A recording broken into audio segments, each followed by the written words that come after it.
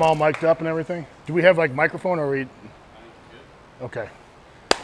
First of all, thank you guys for having me out. It's kind of strange. I just kind of got hit with a ton of emotion because, you know, 10, 15, 20 years ago, I was kind of in your spot, and I can't believe where I am today. So thank you very much, for coming out. I may be a little brash at sometimes, and I apologize if my language sucks. And you may not like me very much or whatever, but you can't deny that I love what I do, all right? And I've worked very hard, just like most of you have, where you just kind of grinding. I hate that word now. Whenever I think of grind, I always think of Brutal Truth. You know the band? Anyone know that band? But you just kind of work and work, and then it's amazing when one day you look up and you see what you've done and some of the people that I've influenced. So it's a great honor for me, for you guys to come out. Makes me feel like I didn't waste all my time. I always like to tell the story that when I was in junior high and high school, all I really wanted to do was lift weights and read and write. And everyone always told me, you're never going to do anything with that, And it's just nice to throw some sand in those fuckers' faces. So I still got like a chip on my shoulder no matter what I do. I always feel like the world's against me. It can get kind of tiring sometimes, but I think that's really helped me. Okay, what I'm going to talk about today, and I want you guys to ask questions throughout. So if there's anything that you guys want answered, this is your time to get them answered, okay? So let's just make that clear. I know we have like a Q&A afterwards. Okay, I don't know how long I'm going to speak for. I didn't really time this. But there's going to be a lot of Q&A, I hope, throughout this. And thank you to Dave, by the way. I just saw him over here. He changed his shirt. My wife's like, oh, Dave's got to love this. He doesn't have to talk. So thank you, Dave. Okay, so how I kind of structured this talk was I started volunteering at the high school. First as a football coach, and then within like a week I was a strength coach. It's funny how that works out because Dave told me, he's like, that's just a matter of time, So what this did was, because I work with both the JV or freshmen who are incredibly young. I'm sure you guys work with some athletes here and there or know them. You kind of lose sight of what the target audience a lot of times is or who you're talking to until you go coach some freshmen. You realize they have no muscle mass, no coordination, okay? And obviously I coach, juniors, seniors, and so on, who are a little more developed. So this talk was kind of based on like how I structure their training, the off-season stuff. We can go with in-season stuff, but what this really does is give you a microcosm or an overview of how I structure all the training. So it doesn't really change a ton depending on the sport or individual. We just tweak things here and there, okay? Now, if anyone's heard Dave and I's table talk, we talked about when Dave and I would do seminars, Dave would always challenge the audience and say stuff like, you have to develop your own personal philosophy. What is your philosophy? And I can guarantee 100% of the time, if Dave called on someone, they would never have an answer. And so I'm up there, I'm like, yeah, Dave's right. And I'm like, shit, I don't even know what mine is, right? I mean, that's just the way it goes. You just kind of get caught up in the mess of stuff. And nothing really solidified in my mind until I wrote the first 531 book. And I wrote the entire book, and I reread it, a million times, and I said, holy shit, this is my philosophy, or my principles, I call them. And in the table talk, Dave basically did the same thing. He said, he'll sit down with a young coach and said, just explain your program to me and what you believe. And you might have like this massive piece of paper, it covers the entire desk. And he may have a philosophy or a principle, but doesn't realize it until you write it down. So if you guys are in this position where you're want to be a professional, or however you want to state that, the best thing you do is write your own book or write your own. It doesn't have to be read by anyone but yourself. And what that does is just kind of open things up to you, and you can see like, now, this is really what I believe in. I always think, and I've seen this so many times, especially when I first started EFS, is no one really, and I call it, you got to throw your spear down. You have to take a stand at some time for what you believe in. I don't care what it is, but when I mentioned this in the table talk, when kettlebells became massive, you guys remember that? Like in the early 2000s, mid 2000s, is that right? Is that when yeah, that's when I started working. It seemed like everyone was just jumping on the kettlebell bandwagon. And they just completely dismiss everything they've learned and just, that's what we're doing. That's what we're doing. And what the smart people did was kind of sit back a little bit, look at it, and eventually find a way to fit it in within their program. Does that make sense to everyone? And you can see it with every new wave of, you see it with diets. Like diets are incredibly cyclical. You guys ever remember Ori Hoffmeyer? He used to write for Penthouse. That's how he got his start. He did the warrior diet. You guys, anyone remember that? Anyone? No? You shaking your head? Do you? I talked to a few people at our facility that they're all military background. Do you know what the basis of it was? It's you don't eat anything until the night, and then you just get all your calories at night. Okay. 10 years later, does that sound like a familiar diet program? All right. The Zone diet came out, and then you had like the South Beach diet, which was kind of the same basic thing, and then you have kind of a paleo diet, which is a little stricter, but it's the same basic idea. So everything just gets recycled and recycled. If you stay in this game long enough, you get to laugh a lot, because you have someone new, you're not going to believe this thing. It's a foam thing. It's a circular, and you just roll it on your right here. It's going to be in 10 years. That's what's going to happen, and I guarantee it. So that's how this business works. So, all right, let's get this thing started. I'm just yammering. Does anyone have any questions, by the way? To start off with, anything?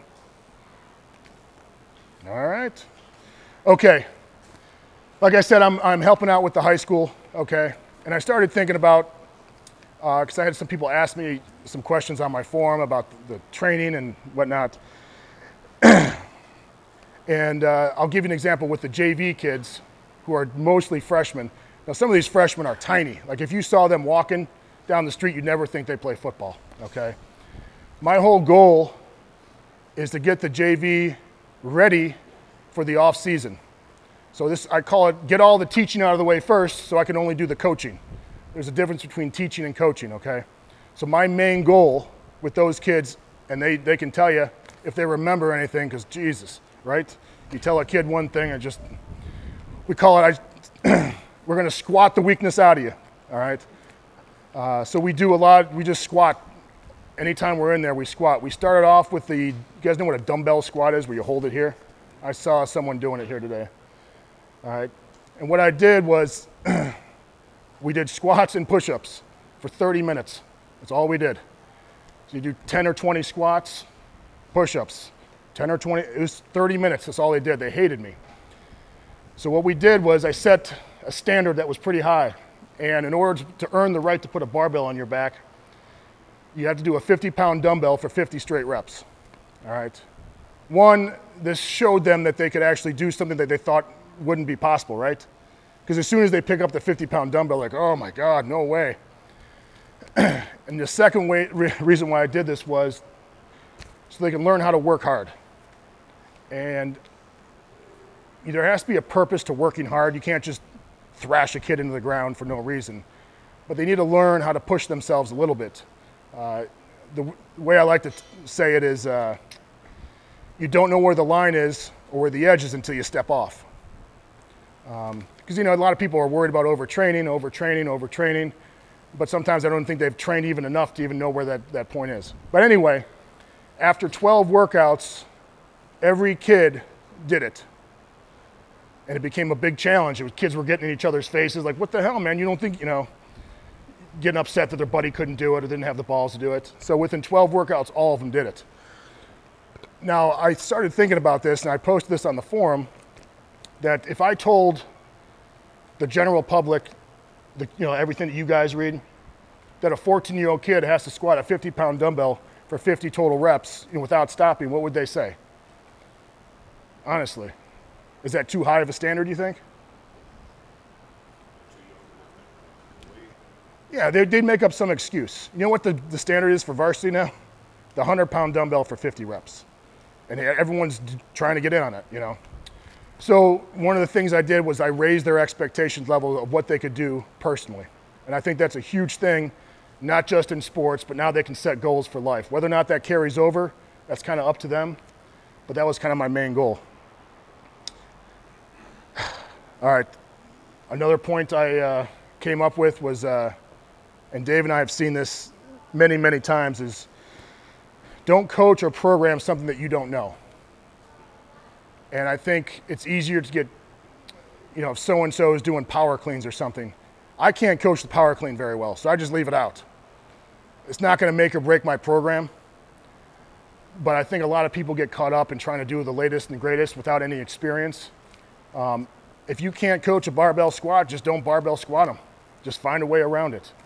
I just see that way too often. You can watch, you guys have probably seen a million YouTube videos, right? People lifting, and they're at like a gym with a coach, and you're like, geez, this is what they're coaching? And it doesn't have to be perfect. Here's Dave with the form issue. I'm over on the other end. I'm 80% right, and you're good to go with me. I'm not coaching lifters, I'm coaching athletes. But at some point, you gotta take some responsibility of how your lifters lift, or how your athletes lift. All right, so if you don't understand something, like for example, I never really worked with kettlebells before. You know, I farted around with them. And then when I came with the back surgery, I just needed something to do, and it was pretty easy. And ever since doing that, I've learned how to take them and program them into the 5-through-1 program. But before, I just kind of threw out some general ideas, and I always admitted, listen, I don't know that much. All right. So again, if you don't know it, just forget it. That doesn't mean you can't learn about it, but don't try to force a, you know, what do they call it, a square peg in a round hole? Is that it, or is it the opposite way around? Something like that? Okay. Another thing that has helped me out a ton just in the time that I've been there was I'm incredibly organized. Every kid has their own workout. I make notes on each workout sheet. I have a spreadsheets for each and every lift that they've done to compare and contrast over time. All right. Does anyone here work like in a high school or college as a strength coach? Anyone? Do you? What's that? You teach. Well, even teaching, you have to have like a way to show the administration you're getting your shit done, right? You're supposed to. Yeah, right? And so all this does is, one, it makes my job easier, because if I'm completely organized, I always like to say, control what you can control in life, because everything else is just absolute chaos, right? Anyone who's been living on this planet for 30 or 40 years, you can only do a little bit, and then everything else is just random chaotic events that fuck everything up in your life, right? For example, you can always control what you eat. You can kind of control when you go to bed. This is just getting a little bit deeper. Pay your bills on time. All the shit that you can control, do control, because everything else is always going to be a mess. So I figure, you know, there's always going to be kids late. There's always going to be, you know, scheduling conflicts, all this stuff. You got to get the weight room ready, this and that. So I just got as organized as I possibly can be for every single workout. So all I got to do is walk in. I have the sheets. I have the notes.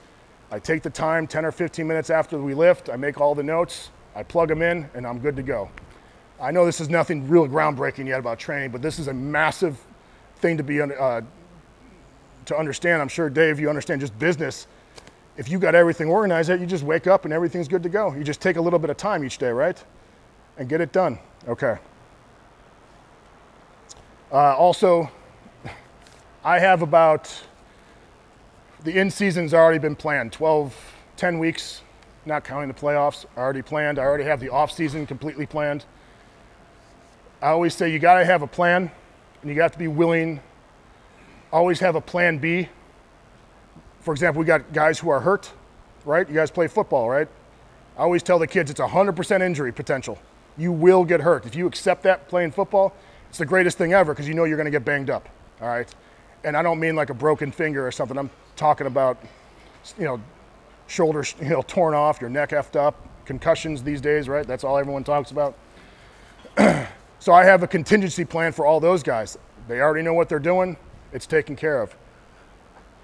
Woo, yeah. So always have a plan B, or at least have an out. I'll give you an example. The way we structure our training, we really, at this point during the in-season for our guys who play, we have our main lifts are the bench and the squat. Now, if a guy comes to me and says, hey, my legs are a little tired or whatever, all we do is slightly manipulate the program just a little bit. We don't have to change the numbers, we just change the reps. It's a very simple, instead of doing 5 sets of 5, for example, we'll just do 3 sets of 3. Now you don't have to change your entire program, okay? That's one of the great things about how I set up the program. As it's evolved over the years, if you want more volume, you can do it. If you want less volume, you can do it. So now we just have to work within a certain amount of parameters. And it just makes, for me, we talk about controlling what we can control. I always think, how do I put this? Again, it's like the chaos. If I can control the training a little bit, it's very black and white with me in a lot of areas. If I can control that, then we can control the whole workout. All right. Don't worry, I'll get to the training. All right, and this is one of the main points I had to discuss with the coaches. When you talk to football coaches, or any coach really, they always have this preconceived notion of training for sports and what they need or what they think the kids need or whatever. When you're training for multiple disciplines, for example, any athlete needs, give me some things that an athlete needs physically: strength, speed, endurance, agility. That's what you said, right? That's what you said, agility. Mobility. All right, at the very least, you need to be conditioned, strong, and pretty mobile, at the very least. Because we have all these things going in, you have to do the least amount possible on each area to make gains, and no more. And you can always see where a strength coach gets where his experience is. For example, if Dave and I were 15 years ago, if we were coaching a football team, we'd just be lifting all the time, right? Because that's all we know, screw it. All right.